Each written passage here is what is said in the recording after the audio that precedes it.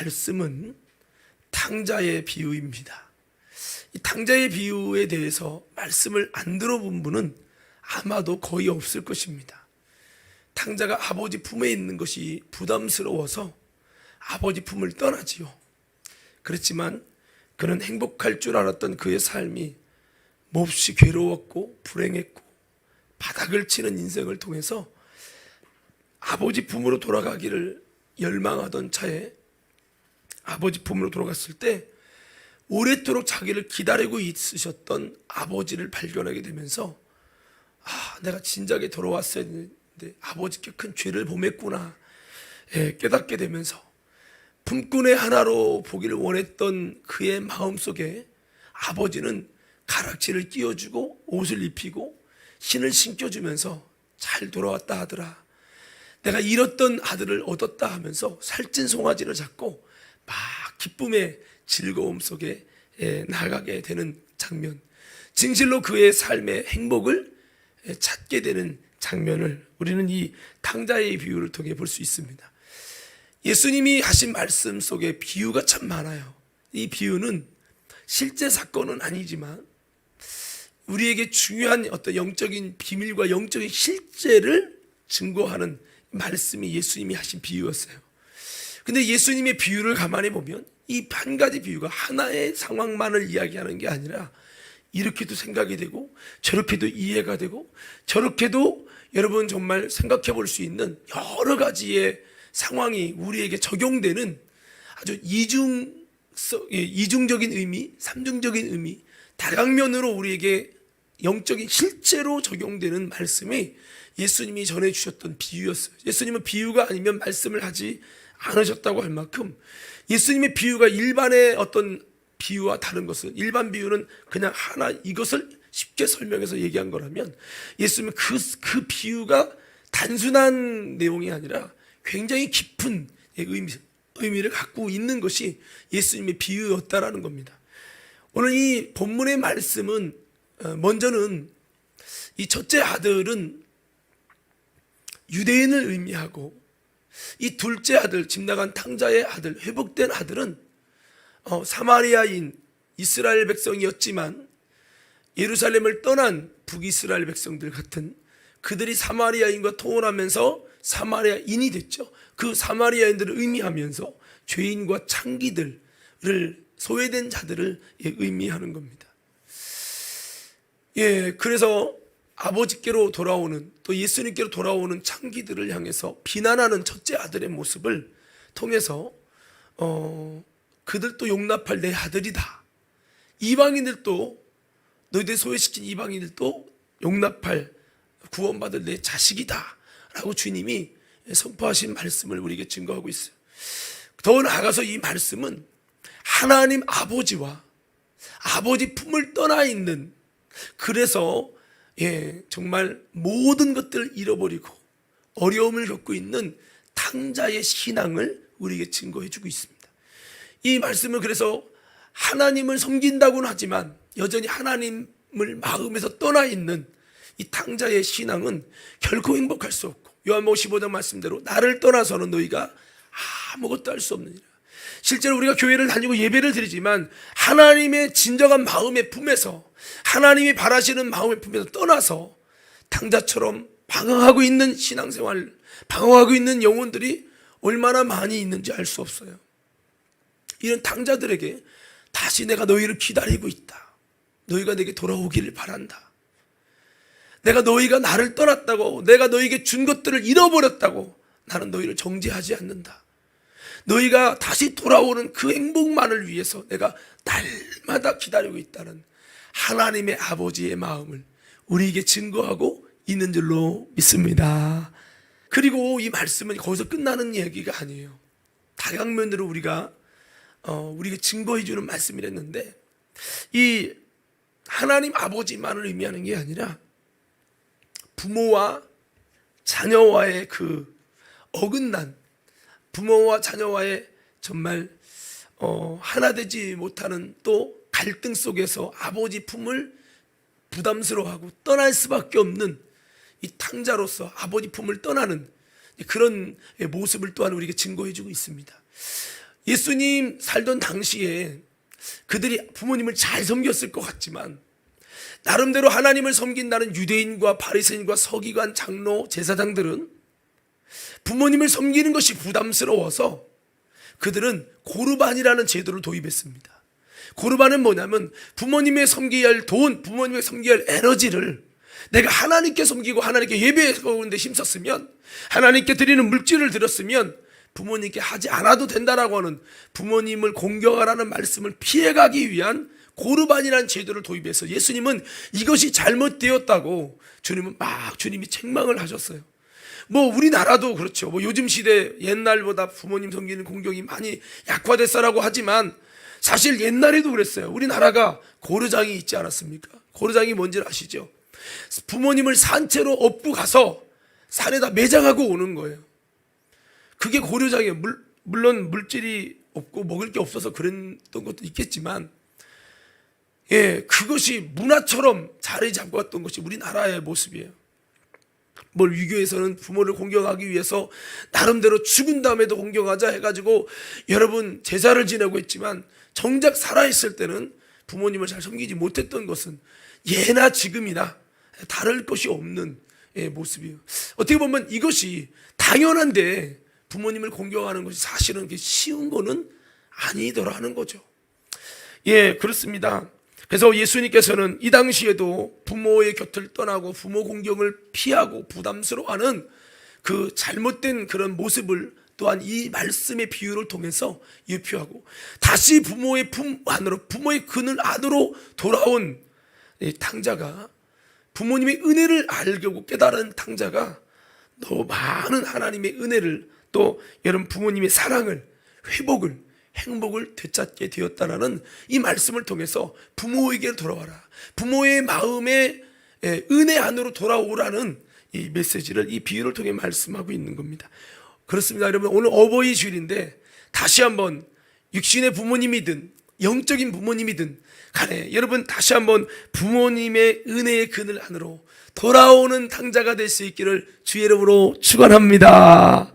자, 우리 옆 사람께 한번 인사합시다. 부모님께로 돌아가는 자가 되십시다. 자, 한번 물어볼게요. 어버이 주일을 맞이해서 여러분 부모님을 사랑하십니까? 대답이 없으시네. 다시 물어볼게요. 자, 유튜브 나가고 있습니다. 여러분 부모님을 사랑하십니까? 아멘이 그렇게 시원한 대답 같진 않아요. 사실 우리가 살고 있는 이 현장에서도 어쩌면 그런 갈등을, 탕자와 같은 갈등을 가지고 살아가고 있는지도 몰라요. 그렇습니다. 여러분, 교회력이라고 하는 게 있는데 그게 절기별로 무슨 주일 하는 걸 교회력이라고 해요.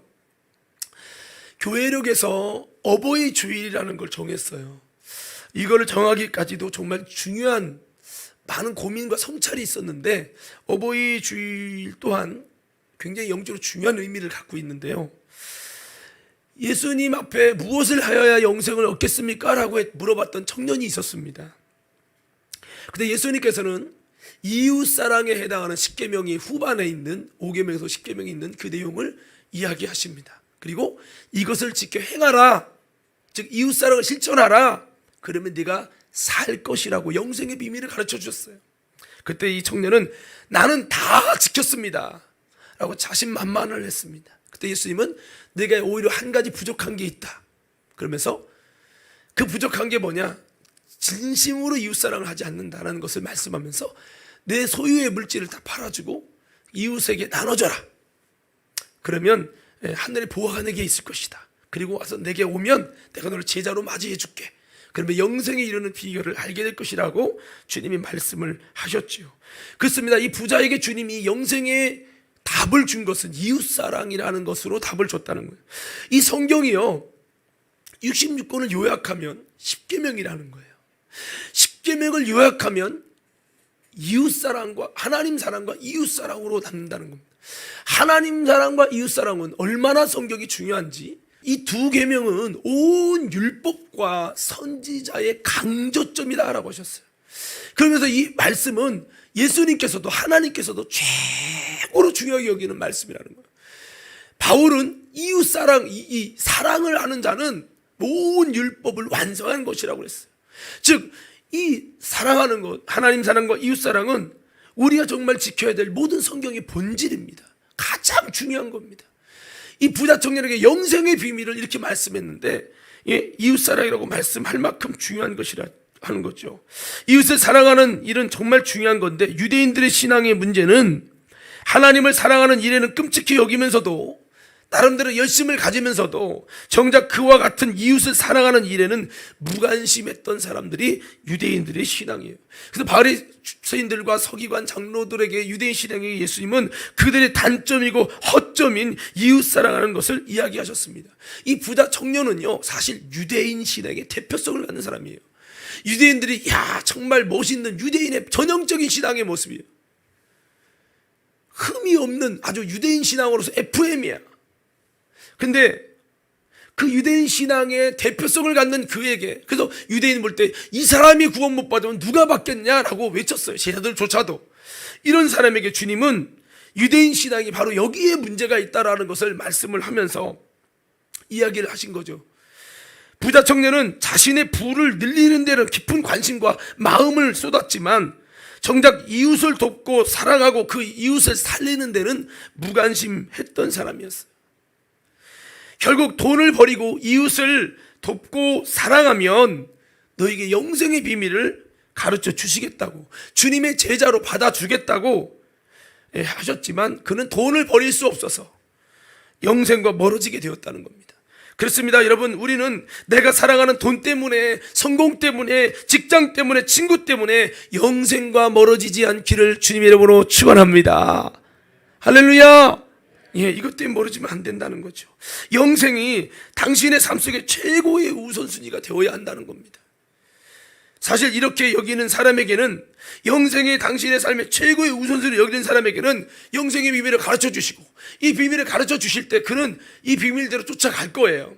그러나 그것이 아니라 다른 것이 우선순위가 되어 있는 사람에게는 아무리 천국의 비밀, 진주와 같은 비밀을 이야기해도 발로 차버리고 말 것이라는 겁니다. 바로 부자가 그랬습니다. 그에게 영생의 비밀을 알려주려고 이끌어 주셨습니다. 그의 신앙을, 이웃사랑을 다 했다고 말하는 그의 신앙을 칭찬하면서, 진짜 그렇게 지켰다면 주님이 칭찬하면서도 한 가지 부족한 부분을 이야기하면서 그를 이끌기 원했지만 결국에는 그 진리를 알려줘도 그는 거부하고 갔지요.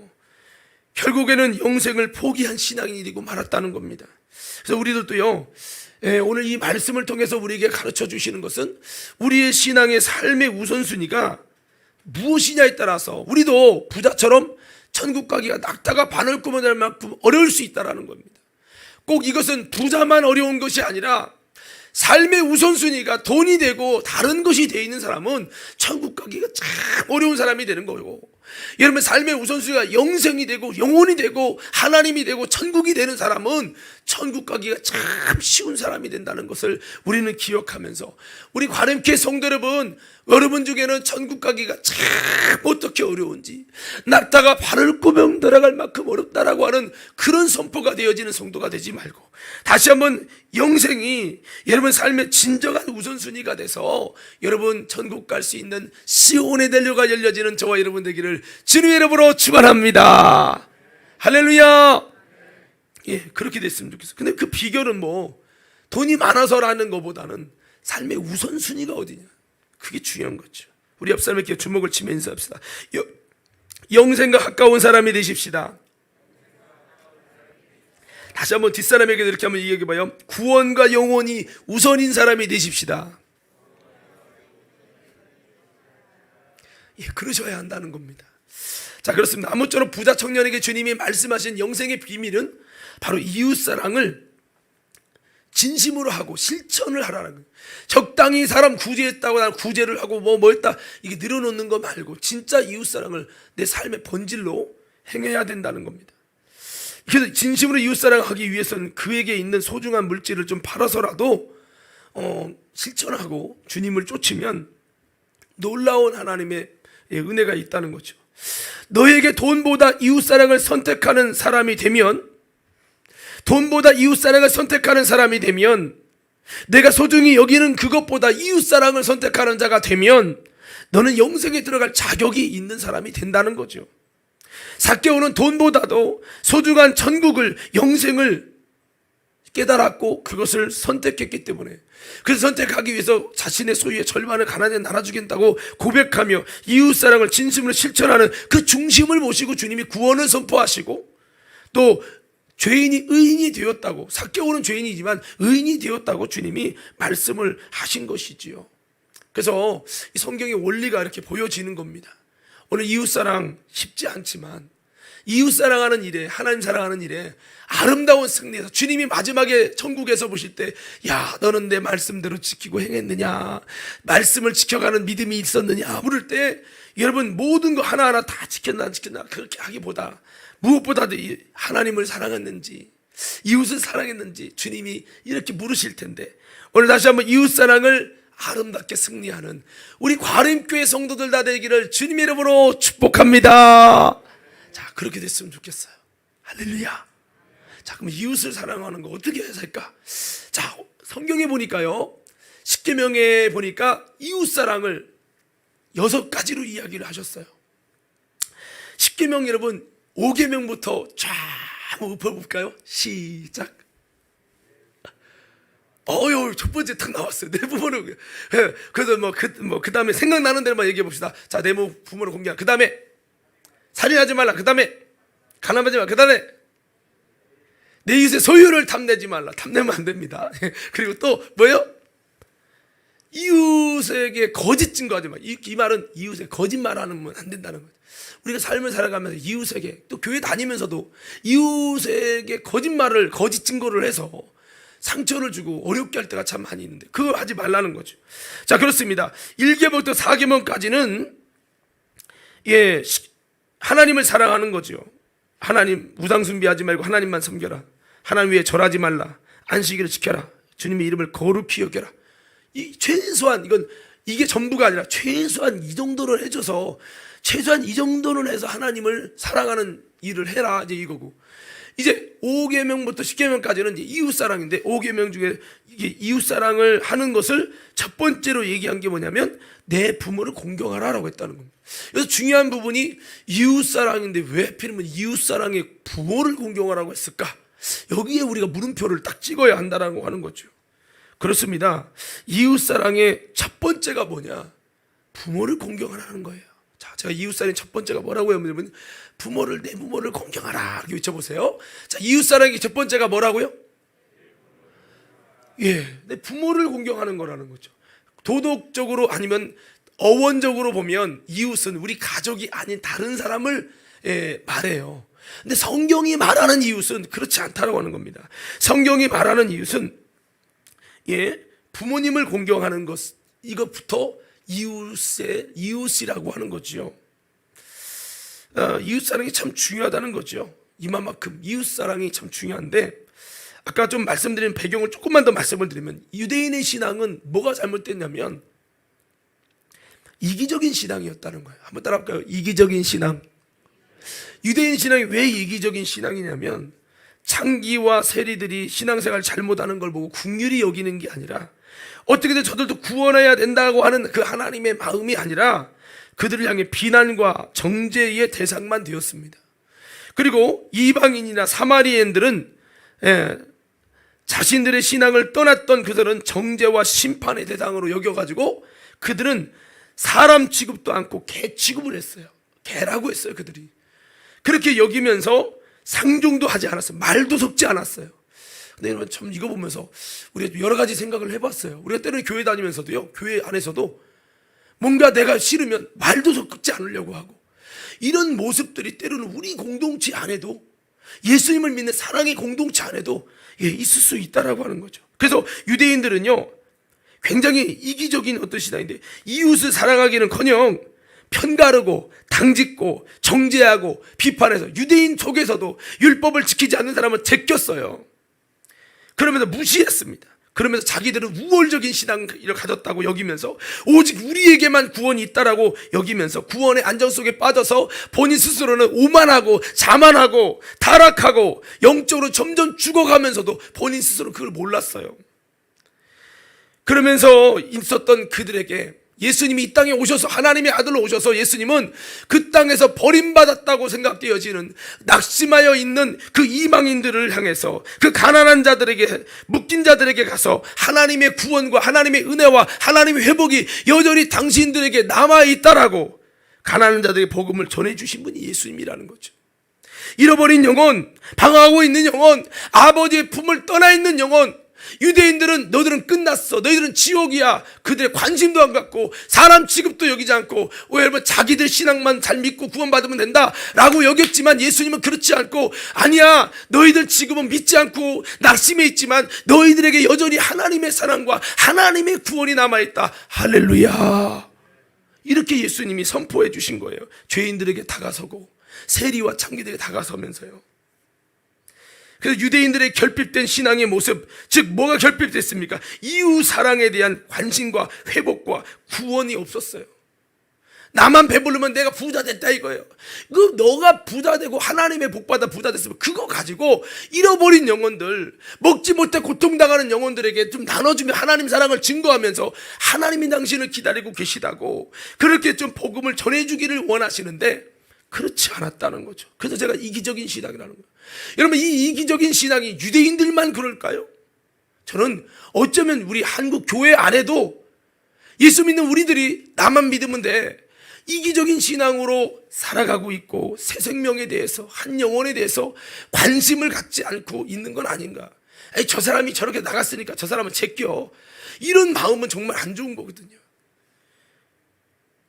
이웃사랑이라는 거는 세상에 죽어가는 저 영혼들을 궁일히 여기고 하나님께서 저들의 영혼을 버리지 아니하시고 여전히 기다리고 계시고 하나님의 구원이 당신들에게 여전히 남아있으니 돌아오십시오. 괜찮아요. 괜찮습니다. 나는 한 달에 한 번밖에 교회 못 오는, 괜찮아요. 그래도 오십시오. 하나님이 당신을 기다리고 사랑하고 계십니다. 당신을 향한 구원하시는 하나님의 계획이 남아있습니다. 그 당신이 돌아오기만 하면 하나님이 용서하시고 당신을 향한 놀라운 하나님의 축복과 계획을 갖고 계십니다. 이렇게 여러분, 우리가 복음을 전하고 그들이 이런 하나님의 사랑을 알게 하기 위해서, 불신자가 어떻게 알겠어요? 그러니까 내가 그들에게 사랑을 베풀고 따뜻한 관심을 통해서 하나님 사랑을 눈으로 보게 조금이나마 이렇게 해주는 거죠. 궁핍하고 어려움 당한 사람의 친구가 되어주고, 절망에 빠져있는 사람에게 아우 내가 왜 저들을 얘기하고 괜히 나도 괜히 우울하게, 아유, 이게 아니라 그 힘들어하는 자와 같이 힘들어야 해주고, 아픈 자와 함께 슬퍼하는 자와 함께 슬퍼해주고, 그들의 친구가 되어줘서 그를 통해서 여러분 하나님의 사랑을 전해주는 거, 이것이 바로 예수님이 하셨던 것이고 우리가 해야 될 모습이죠. 이렇게 이웃사랑이 참 중요한 겁니다. 하나님을 사랑하는 것만큼 중요한 것이죠. 저희는 이 새생명 전도 축제를 하는데요, 이 새생명 전도 축제가 사람을 끌어모으기 위한 행사가 아니라 정말 이렇게 한 영혼 한 영혼, 잃어버린 영혼, 방황하는 영혼, 지금도 여러분 1년 동안 예배를 드리지 않고 온라인만 드리는데, 온라인도 내가 전도 와서 물어보니까 온라인도 안 드리고 예배도 안 드리니까 속해요. 겉으로는 교회 다니고 있어요. 어디 다녀요? 그러면 아, 제가 서울에 다녔는데 지금 쉬고 있어요. 온라인 안 돼서 온라인 예배 드려요? 그랬더니 사실은 안 들어요. 그죠? 예배가 다 무너지죠? 내가 얘기를 하는데 그런 분이 너무 많고요. 지금도 하나님에 대한 관심은 있는데 누군가를 전하지 않고 끌어주지 않아서 기다리고 있는 영혼들도 참 많더라는 거예요. 그래서 우리는 그 영혼들에게 다시 한번 이웃 사랑으로 출발된 이 행사가 돼서 그들의 잃어버린 영혼들을 하나님이 기다리고 계시다는 그 아버지의 사랑을 전달하는 자가 돼서 여러분이 돌아만 오시면 주님께서 당신에게 의의 옷을 입혀주실 것입니다. 하나님께서 가락지를 끼워주실 것입니다. 진짜 금가락지를 준다는 건 아니지만 하나님이 신령한 가락지를 끼워주시고 당신에게 신을 신겨 주실 것입니다. 왕같은 주님의 나라에서 자녀로 살 수 있는 놀라운 하나님의 지위를 주실 것입니다 라고 이웃사랑의 역사를 증거하는 것이 이번 새생명 전도축제가 되기를 주님의 이름으로 축원합니다. 이것이 돼야 되는 거죠. 그렇습니다. 그래서 다시 한번 우리가 이런 초점으로 가야 되는데, 이렇게 중요한 이웃사랑의 첫 출발이 뭐냐? 내 부모를 공경하라 라고 하는 말씀이 되었다는 거죠. 그래서 내 부모를 공경하라가 이웃사랑의 첫 번이라면 벽을 치면 기둥이 흔들린다고, 하나를 알면 둘을 알고 셋을 알아야 되겠죠. 십계명에서 여러분 5계명은 우리에게 이웃사랑이 뭐냐, 너희의 이웃이 누구냐라는 것을 세상적인 관점이 아니라 하나님의 관점으로 증거해 주셨어요. 자, 다시 물어봅시다. 이웃사랑이 누구라고요? 첫 번째가 뭐라고요? 다시 크게 외쳐봐요. 자, 오늘 말씀을 들었잖아요. 이웃사랑의 첫 번째가 뭐라고요? 장지사님 뭐라고요? 부모를 공경하는 거라는 거예요. 좀 이상하잖아요, 그죠? 가족인데. 그래도 부모님이 내게 사랑을 줬으니 공경하는 건 당연한 건데 뭐 그걸 이웃사랑이라고 해? 라고 할 수 있지만 이웃사랑의 이 비밀은요, 나를 제외한 모두가 이웃이라는 거예요. 남편도 이웃이고요, 자녀도 이웃이에요. 하나님의 나라의 입장에서 볼 때는 나와 다른 모든 사람이 다 이웃이라는 거예요. 그러면 하나님은 뭐부터 알아? 내게 은혜와 사랑을 주신 부모에게부터 사랑하고 부모를 공경하는 것, 이것이 이웃사랑의 첫 번째니라. 어떻게 보면 당연한 건데 사실은요, 아까도 얘기했습니다만 우리가 신앙생활 하면서 부모님을 사랑합니까? 부모님을 정말 공경합니까? 할 때 정말 어떤 마음에는 좀 속상한 일들이 있어서 마음에 벽을 두고 살아가는 분도 있을 거고, 부모님에게서 정말 떨어진, 겉으로는 뭐 별길 때 쫓아가서 인사는 하지만 속으로는 틀어진 마음을 가지고 분리된 마음을 가지고 살아가는 이들이 상당수 많다는 겁니다. 제가 아는 어떤 분도 부모님이 주시는 그 유산 문제 때문에 그 후로 부모님 곁에 찾아오질 않았어요. 뭐 그분 장로님과 권사님인데, 대형교회 권사님 장로님인데 안 찾아와요. 그 부모님이 홀로 정말 힘들게 살아가는데 단 한 번을 찾아오지 않는 거예요. 이유를 물어봤더니 유산 문제 때문에 그랬어요. 뭔가의 상처를 받아서 그럴 수 있어요. 그러니까 부모님을 사랑하고 부모님을 공경하는 것은 사실 쉬운 부분은 아닙니다. 어렸을 때는 쉽다 할지 모르지만 나이가 자라고 그 다음부터는 어려운 일이 될 수도 있는 거예요.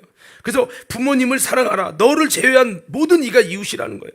그래서 부모님을 사랑하고 공경해서 그들에게 하나님의 사랑을 전하고 복음을 전해드려서 그 영혼이 죄사함 받고 영원히 살 수 있는 영생 복락을 선물해 주는 거, 이것이 주님이 원하는 뜻이라는 거죠. 이거를 잘하려면 어떻게 됩니까? 우리가 진심으로 공경하고 섬겨드려야 된다는 거죠. 못되게 굴고 속썩이고 그런 다음에 전도하기 위해서 어머니 교회 가자, 교회 가자. 그때만 교회 가자 하면 어떤 부모님이 교회 가겠습니까?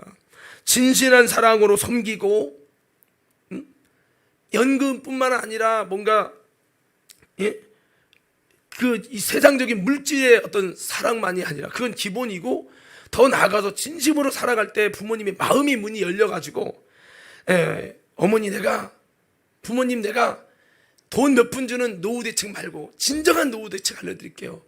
죽음도 고통도 슬픔도 없는 것으로 하나님이 놀라운 사랑받는 천국에 가는 것이 바로 진짜 노후 대책입니다. 저는 섬겨드려봤자 살았을 때밖에 못 섬겨드려요. 그러나 죽은 다음에 영원히 섬길 수 있는 방법은 하나님 사랑받게 하고 하나님이 은혜 입게 하는 거예요. 그러니까 예수님 믿고 천국에서 영원히 행복하게 살아요. 할렐루야. 요즘에 코로나라 안 가는 곳이 있대요. 코로나가 생기는 곳 교회랑 시어머니 댁이랍니다.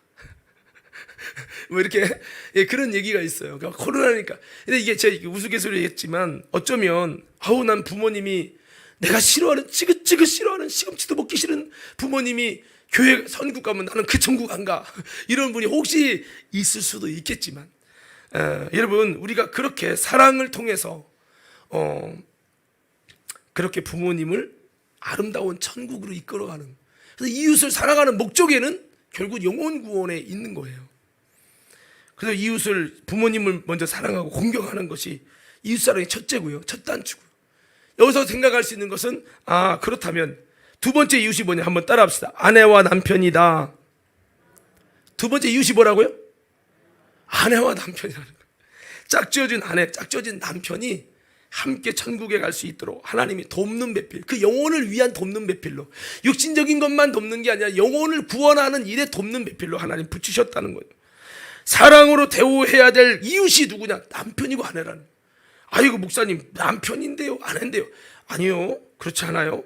서로요, 요즘 가정이 보면 부부끼리도요, 남남이 되고요, 서로 자기의 이기심과 자기 만족이라는 것 때문에 서로 갈등하고 냉전체계 속에 들어가고, 그런 일이 얼마나 많은지 못해요. 여러분, 못 잡아먹어서 한 달이 되는 그런 일도 참 많아요. 뭐 오래 참는 사랑을 갖고 나가야 된다 하지만 이혼이 판을 치는 시대예요. 요즘 젊은이들 물어보면요, 어차피 뭐 이혼할 쉽게 이혼하는데 그럴 거면 뭐더라 결혼하냐? 난 결혼 안 한다. 이런 사람 수두룩하고요. 이혼하면 제일 걸림돌 되는 게 자녀이기 때문에 자녀 안 낳는다는 사람도 굉장히 많고요. 예, 그런 게 지금 우리가 살아가고 있는 삶의 현실이에요. 사랑이 없기 때문에 고통하는 때가 임하는 겁니다. 검은 머리가 팥뿌리가 되도록 사랑하라. 여러분, 그렇게 결혼식 했지요? 그렇지만 그게 쉽지 않더라는 거죠. 저도 이제 뭐 부부로 있지만 정말 좋다가도요, 한번 뭔가 이렇게 갈등이 있으면 남남이 되고 등 돌리면 남이라는 얘기 있는 것처럼 그게 부부라는 거예요. 어떤 분이 그랬다잖아요. 그 남편을 철철이 왼수다. 이런 70대가 돼서 지금 정말 하고 싶은 게 있냐고, 이혼하는 거라고, 이제는 좀 해방되는 거라고, 저 이제 뭐 귀찮은 밥 해줘야 되는 저 귀찮은 사람이랑 이혼하고 싶다, 이런 해방받고 싶다, 뭐 그런 것을 호소한다고 해요. 사실은 근데 성경은 말하잖아요. 한번 따라합시다. 원수도 사랑하라. 예, 이게 꼭 다른 사람이 아니라 내 남편이나 아내에게 해당되는 말이 될 수도 있어요. 때로는 서로 갈등이 있을 때 사랑의 조건을 달죠. 당신이 이러니까 나도 이래 뭐 하면서 조건을 단다면 우리 모습이 세상 사람과 다를 게 뭐가 있어요. 이웃을 내 몸같이 사랑하라는데 내게 가까운 아내, 남편의 이웃도 사랑하지 못할 때가 사실 얼마나 많은지 알 수 없어요. 본전 생각하고. 그래서 사실 때로는 남편과 아내가 원수가 될 때가 있어요. 사랑하는 이가 신뢰를 깨고 잘못을 해서 상처를 줬을 때 더 많이 아플 수밖에 없죠. 하지만 성경은 그럼에도 불구하고 사랑하라는 거죠. 그렇게 사랑한다면 여러분, 그 사람을 녹일 수 있을 거예요. 사람은 책망을 해서 변화시켜지는 것보다도 사랑함으로 변화시키는 거예요. 한번 따라서 사랑할 때 변화됩니다. 예. 근데 사실 그게 잘 안 될 때가 가장 가까운 아내에게 사랑해야 되는데 그게 안 되는 거야. 네가 그랬어? 막 이렇게. 이게 사람이 그렇다니까요. 좀 현찮고 좀 부족한 아내가 있을지라도 내가 하나님의 사랑으로 품고 오래 참아줌을 또 허물을 덮어주는 사랑으로 녹여야 한다는 거죠. 이웃을 사랑하라, 내 몸같이 사랑하라는 남만이 아니라 내 곁에 있는 이웃을 사랑해야 된다는 거죠. 끝까지 사랑하고 품어주고 녹일 때 그 남편이 변하고 아내가 변화되게 될 것이라는 겁니다. 그렇게 되면 그 남편이 나중에는 나의 지지자가 되고 아내가 나의 지지자가 된다는 거죠. 그렇게 당신의 지지자가 되었을 때에 우리는 그 남편과 아내에게 당신의 영혼이 천하보다 귀합니다. 당신의 영혼이 나는 꼭 구원받기를 원한다고 나를 정말 믿고 신뢰하게 되고 내 사랑에 거절할 수 없어, 외면할 수 없어가 되어졌을 때 우리는 그들에게 당신의 영혼을 구원받아서 영원히 함께 있으면 좋겠다고 그렇게 이끈다면 많은 여러분 남편들이 아내들이 움직이지 않을까라는 생각을 해봤어요. 사랑하는 성도 여러분, 남편과 아내를 진심으로 사랑할 수 있는 우리 모두가 되기를 주의 이름으로 축원합니다. 할렐루야. 네, 그렇게 되길 바라요. 또 이 이웃이 세 번째는 자녀들이라고 생각할 수 있습니다.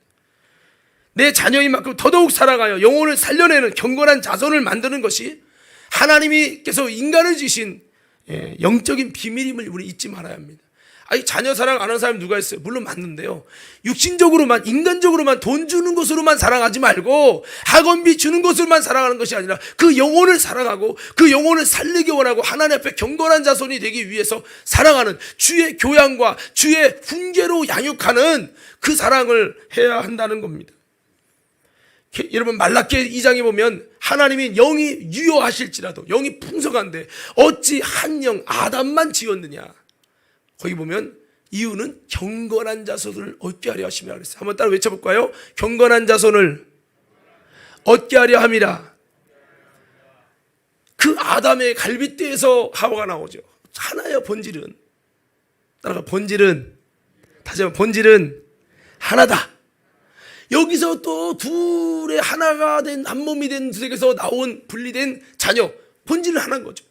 이렇게 되면 기도하면서 낳고 사랑으로 낳고, 그래서 그들이 낳은 자들이 경건하게, 천사들은 한 번에 막 몇백만 말이라고 좀 그런데 몇백만 명을 딱 생산했어요.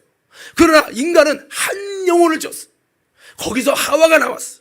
거기서 여러분 가인과 아벨이 낳았죠. 이렇게 함을 통해서 하나님의 경건한 자손을 만드는 것이 하나님의 비밀, 창조의 비밀이에요. 가정이 작은 천국이고 작은 하나님의 나라의 모형이라고 하잖아요. 이 가정을 통해서 경건한 자손을 만들어서 사랑 가운데서 예수님을 섬기고 구원받고 하나님 사랑을 알고 하나님의 나라에 들을 수 있는 비전이 있는 경건한 자손을 만드는 것이 하나님의 뜻이라는 거죠. 자녀들을 사랑하는데 그 사랑하는 자녀가 나는 천국 가는데 그 사랑하는 자녀는 지옥 가서 분리된다 생각해 보세요. 얼마나 가슴 아픈 일입니까? 그러나 마지막 때는 한 사람은 데려감을 당하고 한 사람은 남겨둠을 당한다고 말씀하고 있습니다. 그래서 우리는 그 자녀들을 진심으로 살리기 위해서 하나님의 사랑으로, 하나님의 영향력으로 잘 사랑해서 그들을 나중에 그리스도의 사랑으로 녹여서 이끌어와야 한다는 거죠. 예전에 정인이 사건이 있었잖아요. 이 사건이 우리에게 가르쳐주고 있는 것은 기독교인일지라도 목사님 자녀일지라도 정작 가장 내 곁에 있는 자녀라는 이웃은 사랑하지 못하면서 교회 가서 대단한 것을 사랑한다고 말을 하고 있는 것이 기독교인들에 대한 모습의 현실을 지적해 준 것이 아닌가라는 생각을 해본다는 거죠. 주님은 오늘 성경의 말씀에 너 대단한 이웃보다 내게 사랑으로 낳아주신 내 부모부터, 내 가장 곁에 있는 부모부터 사랑해. 내게 가장 가까이 있는 이웃부터 사랑해. 그 다음에 내 남편과 아내를 사랑해. 그 다음에 내 자녀를 주님의 사랑으로 사랑해. 인간적인 사랑으로만 사랑하지 말고 그 영혼을 사랑하여 경건한 자손을 얻기 원하는 아버지의 심정과 주님의 교양과 주님의 훈계로 사랑해. 너의 훈계로 하지 마. 학원이 우선이고 돈이 우선이고 성공이 우선이고 좋은 직장만 가면 교회 안 나와도 괜찮아 라고 하는 나의 교훈이 아니라 하나님의 사랑으로 사랑하고, 이거 아멘이 세게 나와야 하는데 하나님의 사랑으로 사랑하고 이거를 하셔야 된다는 거예요. 내가 아이고 주님 내가 얼마나 내 자를 사랑하는지 아세요? 눈물을 흘릴지라도 하나님은 너는 네 자녀를 사랑한 게 아니야.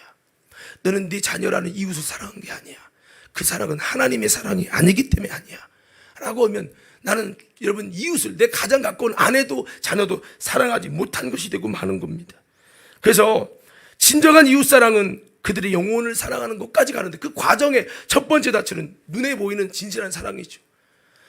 정말 진실한 사랑. 어떤 사람도 그래요. 자녀들이 부모님이 날 사랑한다 하지만 부모보다 친구가 나를 더 사랑한다고 여기는 거예요. 나는 부모님의 사랑을 받지 못한다고 여기는 거죠.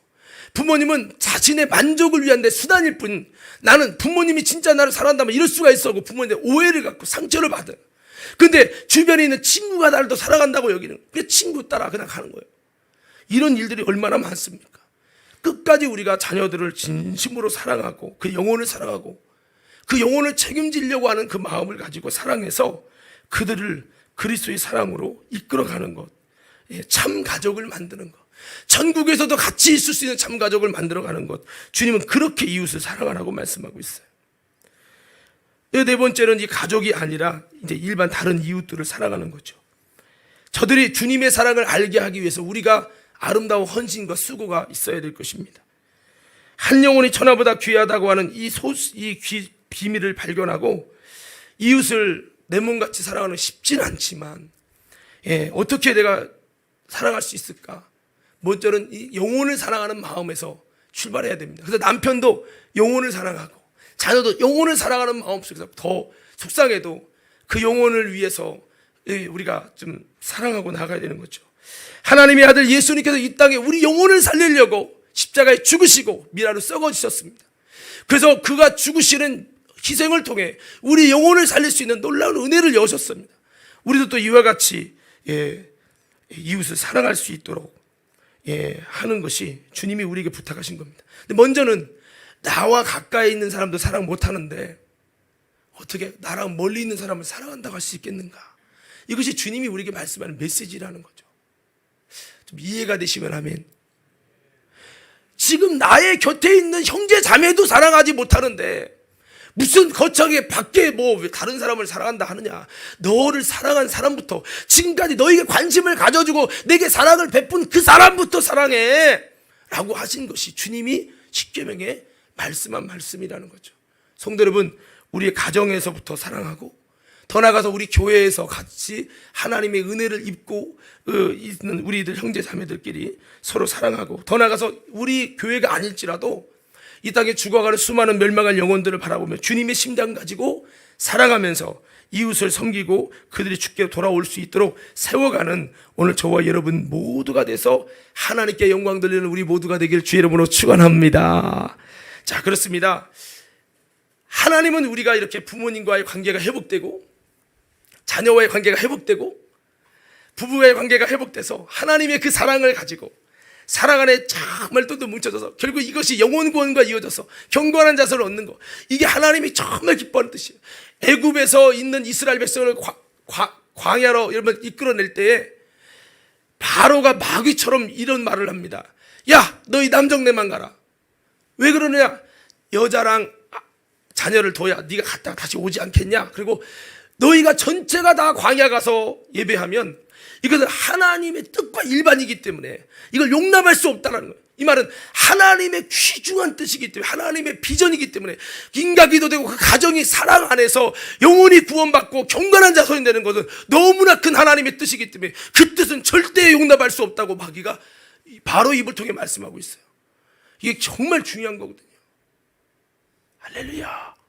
우리가 그런 마음으로 한번 옆 사람들에게 한번 인사합시다. 이렇게 한번 인사해요. 우리 가족부터, 다시 한번 우리 가족부터 진심으로 사랑하며 살려내십시다. 자녀를 위해 울라고 했잖아요, 예수님이. 너희는 나를 위해 울지 말고 너와 내 자녀를 위해 울라. 울어집니까? 정말 기도하고 있습니까? 쉽지 않더라고요. 저도 목회해 보니까요. 이게요, 쉬운 게 아니더라고요. 정말 여러분 쉽지 않아요. 진짜 믿음 없으면 자녀 위해서 기도 안 나옵니다. 그래서 이거를 하라고 말씀하고 있어요. 이게 너무 중요한 뜻이기 때문에 마귀는요, 우리가 가정 안에서 하나님의 나라를 이루고 이 가정이 정말 하나님의 사랑과 영혼 구원의 속에서 아름다운 역사를 이루어가는 것을 마귀가 배 아파서 못 봐요, 이놈이. 그래서 우리가 행복한 꼴을, 행복한 삶을 하나님의 원리대로 살아가는 꼴을 못 봐요, 마귀가. 그래서 마귀는요, 나 혼자 지옥 안 가고 같이 지옥 가려고 정말 우리에게 쳐들어와서 우리 가정을 무너뜨리고 우리의 삶을 무너뜨리는데, 이 마귀가 하는 이 역사가 어떻게 세워져 가느냐. 마귀는 한번 따라서 근본적인 관계를 무너뜨려서 진짜 귀한 역사를 중단시킨다. 정말 중요한 여러분 그 관계, 남편과 아내와의 관계, 부모와 자녀와의 관계, 부모님과의 관계, 또 자식과의 관계, 이런 관계를 무너뜨리고, 또 여러분 하나님과의 관계, 또 여러분 주의 종과 성도와의 이 관계, 이런 중요한 관계들을 무너뜨려 가지고 하나님이 원하시는 의를 이루는 귀중한 역사를 다 무너뜨리고 중단시키는 것이 마귀 역사라는 거죠. 그래서 자녀는 부모를 미워하게 하고 상처받았다고 여러분 등 돌리게 하고 이렇게 계속 분리시켜서 무너뜨리는 놈이 마귀 역사예요. 에덴 동산에서 하나님과 분리시켜서 하나님 아버지와 자녀의 사이를 죄를 통해 분리시켜서 하나님의 사랑도 하나님의 축복도 하나님의 은혜도 이루어질 수 없도록 원천 몽쇄를 만든 놈이 마귀였어요. 지금도 그놈은 우리 가정에서 관계를 무너뜨려서 정말 중요한 하나님의 역사들이 이루어질 수 없도록 만드는 놈이 마귀 역사라는 거죠. 우리는 다시 한번 마귀 역사에 붙들려서 당자처럼 아버지 부모를 떠난 여러분 그런 분리된 마음을 가지고 부모님의 마음을 기다리게 하고 오랫도록 상처받은 마음을 갖도록 만드는 것이 아니라 다시 한번 온전히 돌아와서 회복해서 여러분 저와 여러분들도 살고 또 아름다운 하나님이 원하는 비전을 이뤄가는 가정뿐만 아니라 우리 삶의 현장에 무너진 수많은 영혼들을 찾으면서 살려내는 저와 여러분 모두가 되기를 주님의 이름으로 축원합니다. 자, 그렇습니다. 그래서 이 탕자의 비유를 통해서 실패하고 마귀에 붙들려서 절망에 빠진 고통하는 아들을 끝까지 기다리시는 사랑의 아버지의 모습을 이 성경을 통해 우리에게 증거해 주고 있습니다. 아버지의 마음은 끝까지 아들에게 있고 아버지의 마음은 자녀를 결코 버릴 수도 묻을 수도 없다는 사실을 오늘 성경 통해 증거해 주고 있습니다. 아버지의 마음은 끝까지 자신의 아들을 기다리는 마음이었습니다. 회복을 기다리시는 주님이셨습니다. 언제든지 아들이 돌아오면 언제든지 맞아주시려고, 그리고 자신의 최고의 것을 주기를 원하셔서 그렇게 애타게 눈물로 기다리는 아버지의 모습, 우리는 다시 한번 기억하시면서, 탕자가 왜 아버지 품을 떠났는가? 뭔가 부담이 됐겠죠. 그리고 아버지를 떠나서 분리된 채 스스로 살아가려고 하는 이것이 탕자를 더 힘들게 했습니다. 그래서 성경은 뭐래요? 나의 안에 거하라. 너희가 나를 떠나면 아무것도 할 수 없다. 나는 내 하나님이니 모든 환난 가운데 너를 지키는 자다. 주님이 우리와 함께 하시겠다고 말씀하고 있어요. 하나님에게도 분리되면 주님이 도와줄 수가 없어요. 그래서 우리는 이 성경을 통해서 여러 가지로 우리에게 이렇게 증거해 주고 있는 부분이 있어요. 하나님 아버지든, 어떤 사람은 하나님 아버지에게서 떠나 있는 탕자가 있고, 어떤 사람은 육신의 부모님에게서 마음이 떠나 있는 탕자가 있고, 어떤 사람은 주의 종 목회자의 마음에서 분리돼서 떠나 있는 탕자가 있고, 그런 분리된 마음은 행복할 수 없고, 다시 한번 하나님의 은혜를 입기가 어렵다라는 거죠. 그렇지만 여러분, 탕자가 알고 깨닫고 돌아왔잖아요. 우리가 이것처럼 우리가 여러분 다 잃기 전에 아버지의 품 안에 그 복을 알고 돌아오는, 주님 품 안에 돌아오는 성도들 돼서 우리도 탕자와 같은 하나님의 입혀주시고 끼워주시고 신겨주시고 아버지의 놀라운 사랑을, 또 부모님의 사랑을 입을 수 있는 저와 여러분 모두 되시기를 예수 이름으로 축원합니다. 자, 그렇습니다. 그래서 오늘 좀 다 아는 말씀 같지만은 좀 여러분 이 세 가지에 대해서 좀 이렇게 말씀을 드리려고 해요. 한번 따라합시다. 하나님 아버지의 은혜를 기억하고 돌아오라. 자, 여러분, 하나님 아버지의 그 은혜를 잊어버릴 때가 많아요. 하나님 아버지 어떤 분입니까? 나를 지으신 주님이십니다. 찬양에 있잖아요. 나를 지으신 주님 내 안에 계셔. 여러분, 주님은 나를 지으셨어요. 아니, 하나님이 어떻게 나를 지었냐고요? 여러분, 부모님의 이 정자와 난자가 만나서 내가 만들어졌지만, 육신은 부모님의 씨를 통해서 만들어지지만 그 영은 그때 하나님께서 창조해 주심으로 영적인 존재로 태어나는 겁니다. 복제하는 인간들에게 무조건 영이 있다라고 말하기보다는 이렇게 우리 하나님이 우리의 영을 창조하셨어요. 육은 부모님이 만들었지 모르지만 영은 하나님 만드셨고, 또 이 육체가 세포 분열이 돼서 사람이 되기까지 그 신비를 만드시고 한 모든 것은 하나님이십니다. 그래서 하나님은 진짜 아버지가 되시죠. 그 하나님 아버지는 또 어떤 분입니까? 나를 수렁에 끌어주시는 주님, 어떤 절망의 문제 속에서 끌어주시는 주님이 되십니다. 저도 힘들고 어려울 때 정말 수렁에 빠져서 더 함정으로 빠져갈 때, 그 누구도 나를 도와줄 수 없고 육신의 부모님이 나를 도와줄 수도 없는 상황이 있을 때, 근데 그 절망에서 나를 건져주신 분이 바로 우리 하나님 아버지가 되셨어요.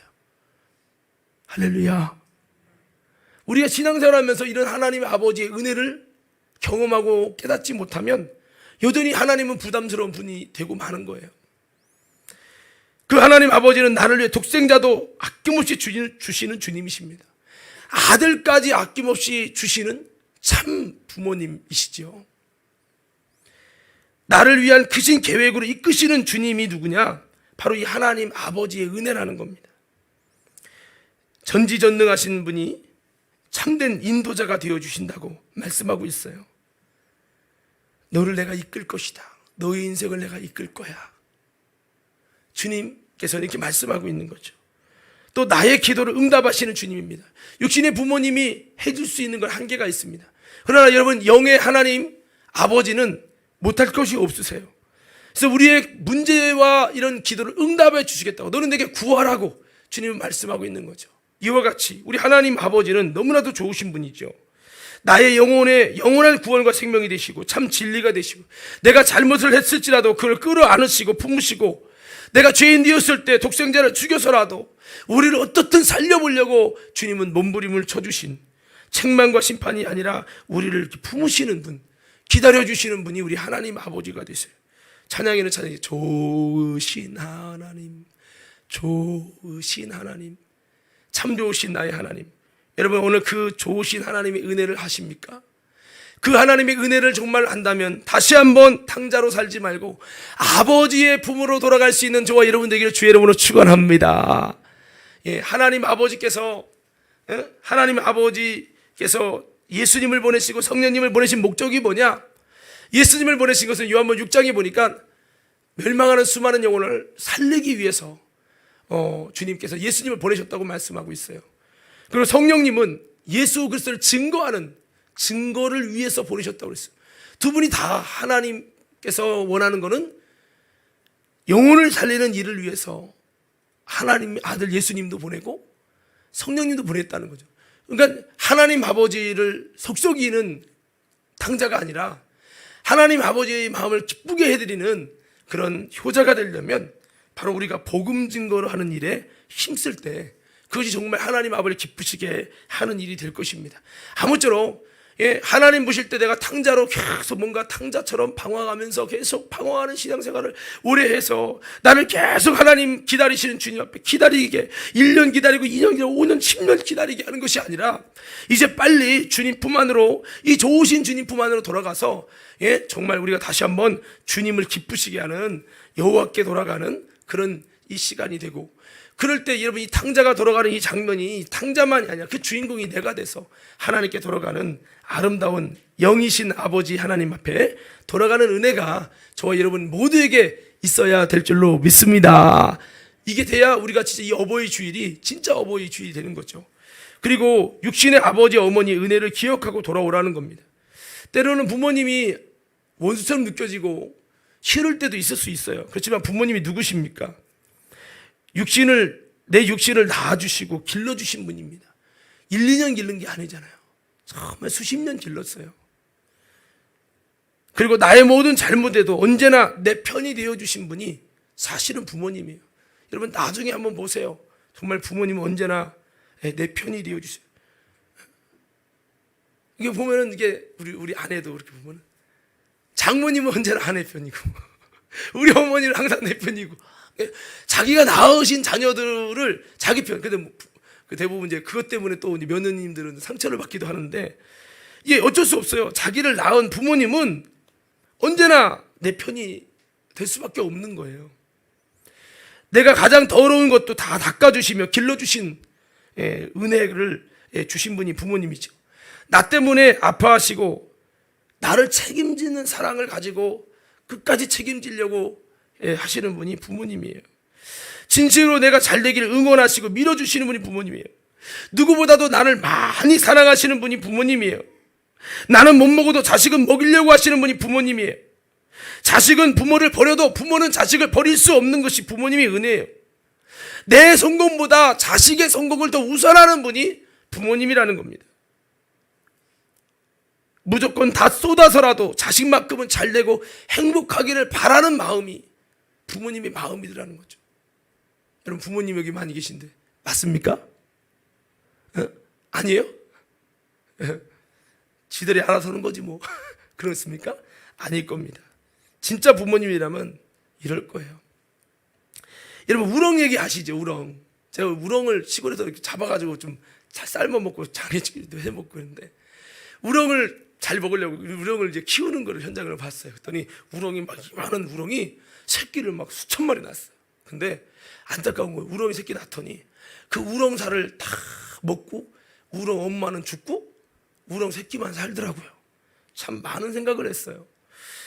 부모님이 사실은 그런 게 아닌가. 지금 보십시오. 결혼시켜놓고도 김치 담아주고 또 그 손자 손녀들 길러준다고 돈 주고 자기는 먹지도 입지도 못하면서 계속 그냥 30대, 40대, 50대가 되도록 끝까지 뒷바라지를 하는 게 요즘 부모님들이라고요. 보니까 그 자식들 직장 다니고 돈 잘 벌고 행복하게 하라고 자식들 또 키워주고 그 손자들 키워주시고 애기 보는 부모님. 여러분, 그래서 우리가 생각할 것은 인생의 친구도 중요하고 돈도 중요하고 성공도 중요하고요. 그 성공 때문에, 돈 때문에, 친구 때문에 부모님에 대한 관심과 사랑을 못할 때가 많은데 결국은 부모님이더라고요. 남는 건 부모님이더라는 거죠. 제가 얼마 전에 이런 걸 봤어요. 그 영상에 현대판 공공의 적이라는, 여러분 공공의 적을 아십니까? 저는 옛날에 그 영화를 이렇게 재밌게 봤는데 한 20년 된 영화일 거예요. 거기 내용이 뭐냐면 아주 못된 아들이 있어요. 근데 그 부모님은 돈이 많아요. 근데 부모님이 참 좋으신 분이라 그 돈을 양로원에, 고아원에 기증하겠다 그랬어. 그랬더니 이 아들이, 못된 아들이 막 얼굴이 울그락불그하면서 그 돈이 어떤 돈인데 자식을 안 주고 피 한 방울 섞이지 않는 그들에게 줘, 그러면서 열받아서 판처 우위를 입고 칼을 들었어요. 칼을 들고 부모님이 찾아가서, 밤중에 찾아가서 불을 끄고 부모님의 몸에 20방 30방을 다 찔러대는 거예요. 난자질을 하는 거예요. 두 부모를 막 실갱이 속에서 막 찔러서 다 목구멍이도 어디 다 찔러 죽이는 상황 가운데 그다가 자기 손톱을 벤 거예요. 손톱이 떨어졌는데 어머니가 죽어, 피가 막 목에서 흘러나니까 죽어가면서 이렇게 봤는데 판처 위에 얼굴이 자기 아들인 거예요. 이걸 알고 어머니가 그 손톱을 가져다가 뭐 하죠? 먹어요. 왜 그렇죠? 자식 살리려고. 나는 죽어도 자식은 행복하길 원하는 그 부모의 마음. 근데 그거를 딱 보여주면서 그 영상에, 시간 관계에서 영상 안 틀었는데 거기에 보면 현대판 이제 그 공공의 적이 나왔다 해가지고, 현대판 그 사람은 부모님이 자기한테 잔소리하고 자꾸 짜증나게 했다는 이유 때문에 뭐 어떻게 하다 보니까 부모님이 이렇게 몸싸움이 돼서 부모님이 어떻게 몸을 이렇게 한번 이렇게 때렸나 봐요. 그것 때문에 열받아가지고 칼로 난자질을 하고 죽인 거예요. 어머니가 죽어가면서 자식에게 하는 말, 아들아, 너 그 범행의 옷은 잘 정리하고 가거라 라고 이야기를 해줬다. 그 어머니의 자식을 사랑하고 그가 혹시라도 범죄행위가 드러날까봐 그거 잘 하고 가라고 이야기하는 그 이야기가 더 우리들의 마음을 짠하게 했다라고 하는 거죠. 예, 그렇습니다. 여러분 어떻습니까? 때로는 부모님과의 아픔의 갈등 속에 있지 않습니까? 내 친구 때문에, 내 돈 때문에 부모님과 무관심해지고, 또 부모님의 은혜를 잃어버리고 살아가고 있는 건 아닙니까? 내가 바쁘다는 이유 때문에 부모님의 은혜를 잊어버리고 내 삶에 충실하게 이기적으로 살아가고 있는 건 아닙니까? 고린도서 3장 20절에 자녀들아 모든 일에 부모에게 순종하라. 이는 주 안에서 기쁘게 하는 것이라. 주님을 기쁘시게 하는 것이 부모를 기쁘게 하는 거라고 고린도서 3장 20절에 말씀하고 있어요. 디모데전서 5장 4절에는 만일 어떤 과부에게 자녀나 손자들이 있거든 저희로 먼저 자기 집에서 효를 행하여 부모에게 보답하기를 배우게 하라. 이것이 하나님 앞에서 받으실 만한 것이니, 부모에게 먼저 보답하는 걸 배우는 것이 신앙생활 속에 하나님께서 받으실 만한 것이라는 거예요. 저도 한때는 또 그럴 때가 있어요. 부모님을 사랑한다 하면서도 부모님과 언쟁을 할 때도 있고 상처를 받을 때도 있고, 그런데 성경은 그럼에도 불구하고 부모에게 보답하기를 배워라 이렇게 말씀을 하고 있습니다. 우리가 마지막 때 타락하면요, 디모데후서 3장 2절에 사람들은 자기를 사랑하며 돈을 사랑하며 자긍하며 교만하며 회방하며 부모를 거역하며 감사치 아니하고 거룩하지 않는다고 말씀하고 있어요. 제가 이렇게 전에 한번 재작년인가 했었을 텐데, 제가 이렇게 설교 중에 그렇게 울었던 이제 기억이 있는데요. 그때 사실은 이제 어머니에 대한 좀 속상한 마음들이 전에 좀 상처로 있었었는데, 제가 중환자실에 있을 때 그 옆에서 들어와서 밤새면서 저의 몸을 닦아주면서 하신 분이 어머니예요. 나는 부모님에 대해서 안 좋은 마음을 가지고 적당히 거리를 두고자는 마음도 갖고 있었을 때도 있었는데 그 상처를 풀지 못해서 늘 마음에 그 응어리가 있었는데, 어머니는 내가 가장 힘들어 죽어갈 때 아들 살려달라고 울어가면서 옆에 있구나, 많은 생각을 했어요. 그리고 나서 어머니가 이제 뇌출혈 때문에 이제 오늘 내일 하게 됐을 때, 그때서 제가 마음이 많은 것들을 생각하게 됐고, 결국 그래도 부모님이구나라는 마음을 가지고 내 마음속에 풀리지 않았던 마음을, 부모님을 향한 마음을, 상처를 다 녹이게 됐어요. 그래서 그 후로는 제 마음속에 이제 그런 부분들이 전혀, 물론 살다 보면 갈등이 있을 수밖에 없죠. 근데 여러분, 부모님을 공경하라는 말은요, 이 공경이라는 단어는 아까 창세기 있는 말씀대로 노아가 부모님이 어떻게 하다 보니까 실수를 해서 술을 먹으려고 먹은 게 아니라 포도주를 먹었는데 그게 발효가 돼서 술이 천 거예요. 벌거벗은 거예요. 이것을 보고 그 함은요, 우리 아버지가 말이야 주책이야 그러면서 막 그거를 막 형들에게 보자질하고 비웃고 막 그랬어요. 근데 셈과 야벳은 그것을 부모님의 하체를 보지 않으려고, 부끄러움을 보지 않으려고 뒷걸음쳐서 그걸 덮어줍니다. 성경은 뭐가 공경이냐, 바로 이게 공경이라는 거죠. 함은 저주를 받고요, 하나님이 저주를 하셨습니다. 그렇지만 셈과 야벳은 놀라운 축복을 받게 되거든요. 여러분, 부모님이 때로는 한 50대 60대까지는 괜찮아요. 근데 60대 넘어가기 시작하면 점점 이제 노후되면서 치매가 오시면서 이제 말도 안 통하고 답답하고 어려움이 있을 수밖에 없어요. 그렇지만 공경할 모습이 있고 공경할 행동이 좋아서 자격이 되기 때문에 하는 것이 공경이 아니라, 그럼에도 불구하고 무능하고 연약한 모습이 있을지라도 그렇게 하는 것, 이게 진짜 부모를 공경하는 것이라고 성경은 말씀하고 있다고 하는 겁니다.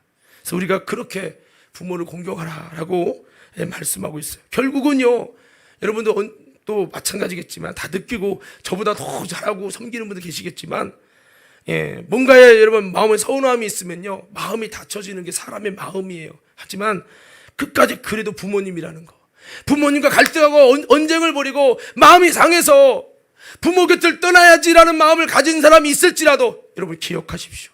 그런 부모님 살아계신 것만으로도 감사한 거라는 거예요. 자, 이제 시간이 돼서 말씀 마무리해야 되는데요, 마지막 말씀은 영의 부모인 담임자, 목회자의 은혜 안으로 돌아오라는 겁니다.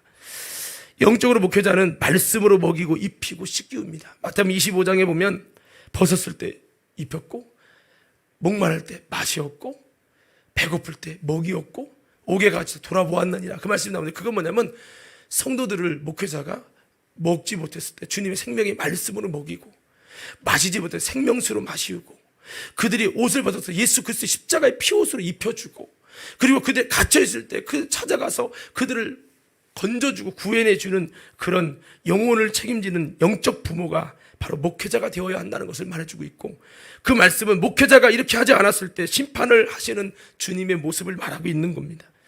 목회자는 영적으로 성도들을 기르며 양을 치라, 내 양을 먹이라 하신 말씀대로 영적인 부모로서 그렇게 해야 될 책임이 있는 거죠. 삶 속에 성도들이 아픔과 문제를 가졌을 때 이것을 알면 그 문제를 내 문제처럼 아파하고 함께 하는 것이 사실은 목회자라고 하는 겁니다. 신령한 중매제에 대해서 저들이 주님 앞에 온전하게 하기 위해서 힘쓰는 저들의 영혼을 위한 섬김의 종이 주의 종이고, 그렇다는 거죠. 성도들의 잘못과 그 죄를 내 죄인 것처럼 하나님께 탄식하며 중보하는 기도자가 바로 목회자라고 하는 겁니다.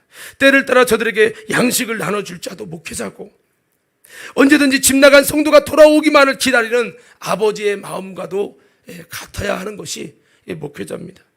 한 번은 제가 이렇게 대화를 나누는 중에 어떤 성도님이 참 마음 아픈 얘기들을 해서 그 대화를 들으면서 참 너무 마음이 저도 미어져서 막 눈물이 나는 거예요.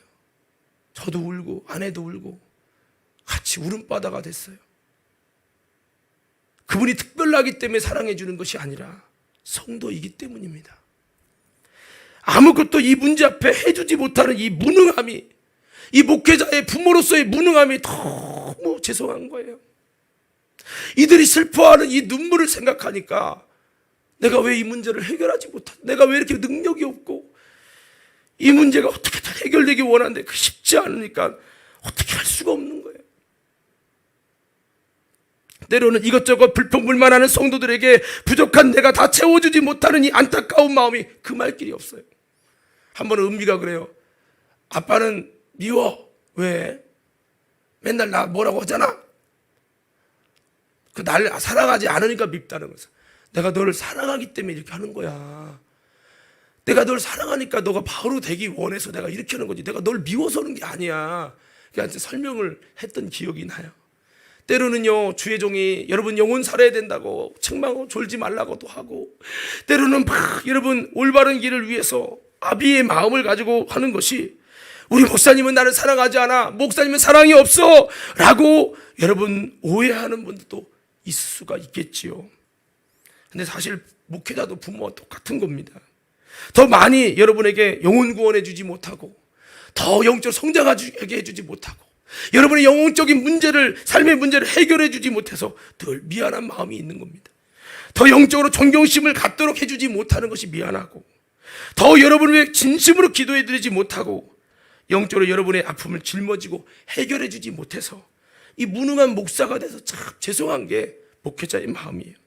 일만 스승은 있지만 참 아비는 없다고 했는 것처럼, 정말 내가 참 아비가 되어야 되겠다라는 마음은 같지만 여전히 부족한 게 많이 있어요. 설교가 마음에 들지 않고, 예배 시간이 지루하고, 목회 방침에 마음에 들지 않는 것 다 채워주지 못하는 이 애비의 마음이 너무 죄송할 뿐입니다. 그러나 어떻게 하겠습니까? 여러분에게 붙여주신 영적인 목자인 목사가 갖는 한계가 이것인데, 아버지의 무능함이고 아버지의 연약한 한계이기 때문에 그걸 이해해야 된다는 거예요. 우리 부모님은 돈이 없어, 부모 자격이 없어. 우리 부모님은 인격이 부족해, 부모 자격이 없어 라고 말한다면 부모는 할 말은 없지요. 하지만 부모이기 때문에 사랑할 수밖에 없는 거는 어쩔 수가 없는 거예요. 예, 그렇습니다. 여러분, 그래서 성도들이 진심으로, 저도 그래요. 여러분, 어떻게 여러분 여기실지 모르지만 성도들이, 내게 맡긴 성도들이 진심으로 잘 되기를 바라는 그 마음을 가진 게 목사의 심정이라는 겁니다. 아버지의 권위는요, 아들이 세워줄 때 세워지는 거지 누가 세워주는 게 아니에요. 아버지의 자존심은 자녀들이 인정해 줄 때 나올 수 있는 거지, 자녀들이 자격이 안 된다고 무시하면 아버지는 늘 못해줘서 미안하다, 너 등록금 못 대서 미안하다, 그런 마음으로 안타까운 마음을 가질 수밖에 없는 거죠. 예, 그렇습니다. 그래서 오늘 말씀을 마무리합니다. 영의 부모인 주의 종의 그런 은혜를 우리가 좀 생각해 보았으면 좋겠고, 하나님이 내게 주신 은혜를 생각해 봤으면 좋겠고, 또 여러분 육신의 부모님, 그럼에도 불구하고 그래도 부모님이다 라는 그 은혜를 생각했으면 좋겠어요. 당자의 행복은 돌아갈 아버지가 계셨다는 겁니다. 어떻건 간에 아버지 살아계실 때 돌아갔잖아요. 그래서 행복을 다시 찾았잖아요. 여러분들이 만약에 돌아갈 아버지가 계시다면 그래도 행복한 거예요. 돌아가신 아버지가 없다면 이 중에도 부모님 돌아가신 분이 있을 거예요. 더 잘해드리지 못해서 한이 돼서 그런 잘해 섬겨드리고 사랑해드리지 못하는 돌아갈 아버지가 없다라고 하는 것은 안타까운 일이죠. 그러나 우리 하나님 아버지 영원토록 계시잖아요. 우리가 다시 한번 내가 돌아갈 부모님이 계시다면, 그래도 살아 계시다면 죽은 다음에 그때 울지 말고, 제가 아는 어떤 분들 그래요. 막 죽어버렸으면 좋겠다고 부모님을 향해 막 분노가 가득했어요. 살아지지 않았어요. 마지막 장례식 때 그때 와서 우는 거예요. 그게 아니라 다시 한번, 어떤 아픔이 있는지 저는 알 수 없지만 혹시라도 그런 게 있다면 다시 한번 부모님의 그늘로 들어가서 부모님의 은혜를 기억하고 진심으로 나아가서, 지금도 잘하셨지만 앞으로 더 정말 우리가 마음의 중심을 가지고 부모님을 공경하고 사랑하고 그 그늘로 들어가서 나아가면, 돌아가기까지는 자존심이 상하고, 돌아가기까지는 진심으로 하기까지는 많은 아픔이 있고 자기 부정이 필요하지만, 그래도 그렇게 하면요, 돌아간 탕자의 결국은 그 복이 다 본인에게 돌아가게 되었다는 겁니다. 오늘 우리 이 말씀을 기억하면서, 오늘 이 탕자의 비유가 참 여러 가지 깊은 얘기가 많아요. 지금도 주의 종과의 관계를 적당히 거리를 두고 탕자처럼 그냥 적당히 하겠다라고 마음을 정하고 살아가는 탕자도 있을 것이고, 부모님과도 적당히 거리를 두고 도리만 할 거야 라고 하는 분도 있을 것이고, 하나님과도 적당히 거리를 두고 가는 탕자도 있을 겁니다. 오늘 어떤 것이든 간에 그런 마음이 있다면 그 부모는 반드시 당신을 기다리고 아파하고, 그 기다림의 오랜 만큼 상처도 오래될 겁니다. 오늘 다시 한번 여러분 부모님의 그 은혜를 기억하면서, 다시 한번 탕자와 같이 돌아가서 은혜를 입었던 걸 기억하면서 우리도 그렇게 돌아가서 여러분, 하나님의 은혜와 행복이 회복되고 하나님의 놀라운 역사가 저와 여러분 가운데 이루어질 수 있기를 주님의 이름으로 축원합니다.